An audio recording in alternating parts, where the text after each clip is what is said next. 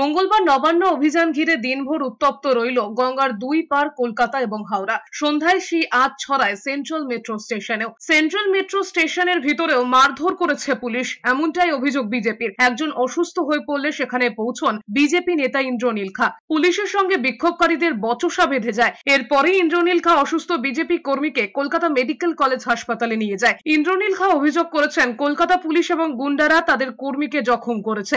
রাতে আহত কর্মীকে হাসপাতালে দেখতে গিয়েছিলেন সুকান্ত মজুমদার। যদিও স্টেশনে অশান্তিতেও প্রভাব পড়েনি মেট্রো চলাচলে।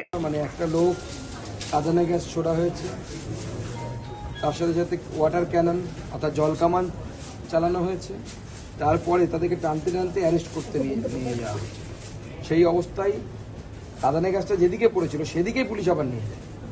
তার ফলে সাডেনলি তার নাকে এত পরিমাণ ওই গ্যাস ঢুকে গেছে যে তার ফলে একটা কার্ডিয়াক অ্যারেস্ট হবে।